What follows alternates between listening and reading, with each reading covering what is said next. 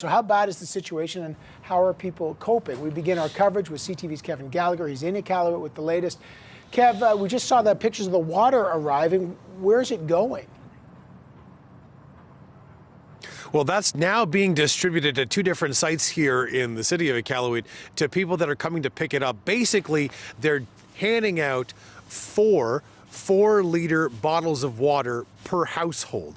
And frankly, the people that were picking it up were very happy to see it. It's been a difficult time, even though it's been just 2 days since the tap shut off. I've talked to other people, Evan, who've been actually going to the river to get their water for days now because of the smell and taste of the water that was coming out of their taps. Of course, this fuel smell that was discovered by, or confirmed, let's say, by city officials when they started to open up this containment tank inside the water treatment facility at the top of the hill in Iqaluit. Now, this containment tank is supposed to be sealed. Nothing's supposed to get in, so it's a mystery here. They're trying to figure out how this happened. There's plenty of theories, but it's still unknown why there's something that smelled like petroleum inside the water treatment containment tank and how that ended up also avoiding other tests that the city was doing to make sure its water was safe, where people may have been drinking this water coming out of the tap, using and bathing, cooking with it for days before they shut things down.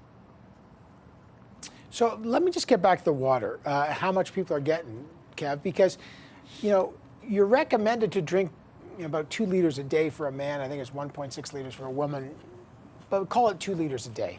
How long is this amount of water supposed to last people? Are there going to be flights coming in every day? Well, this is what's being given out to households today. So we're talking about those, that many liters of water. 16 liters of water. So, this is expected to happen again tomorrow. There's 3 more airlifts of water coming in tomorrow as well, and then another one scheduled for Monday. So by the end of the weekend into Monday, you have 170,000 liters of water coming in to the city. But that's really just to get through the day-to-day here for most people. They are getting water from the river and treating it. There's probably going to be more people that are going to go and get their own water from the river as well and then boil it. So it's certainly not a sustainable situation. They're expecting the results of the water from the treatment facility back within 5 days after they sent it. Now, that was sent in sometime on Tuesday.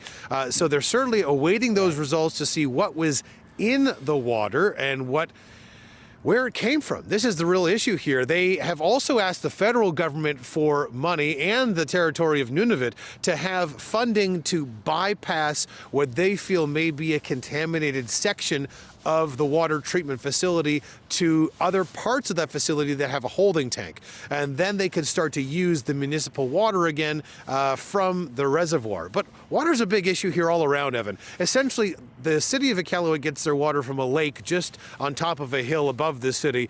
That lake really is not big enough to sustain the population growth that Iqaluit is experiencing. Furthermore, climate change is playing a big role here. The permafrost is melting, and that means that a lot of the infrastructure that's built on top of that permafrost is shifting. That means pipes that are either in the ground or on top of that water, but also the water treatment facility. So this is certainly one of the areas that inspectors and investigators are going to look into to see if that's part of the issue. They're also inspecting that tank for cracks. So all in all, like you say, it comes down to the people here, Evan.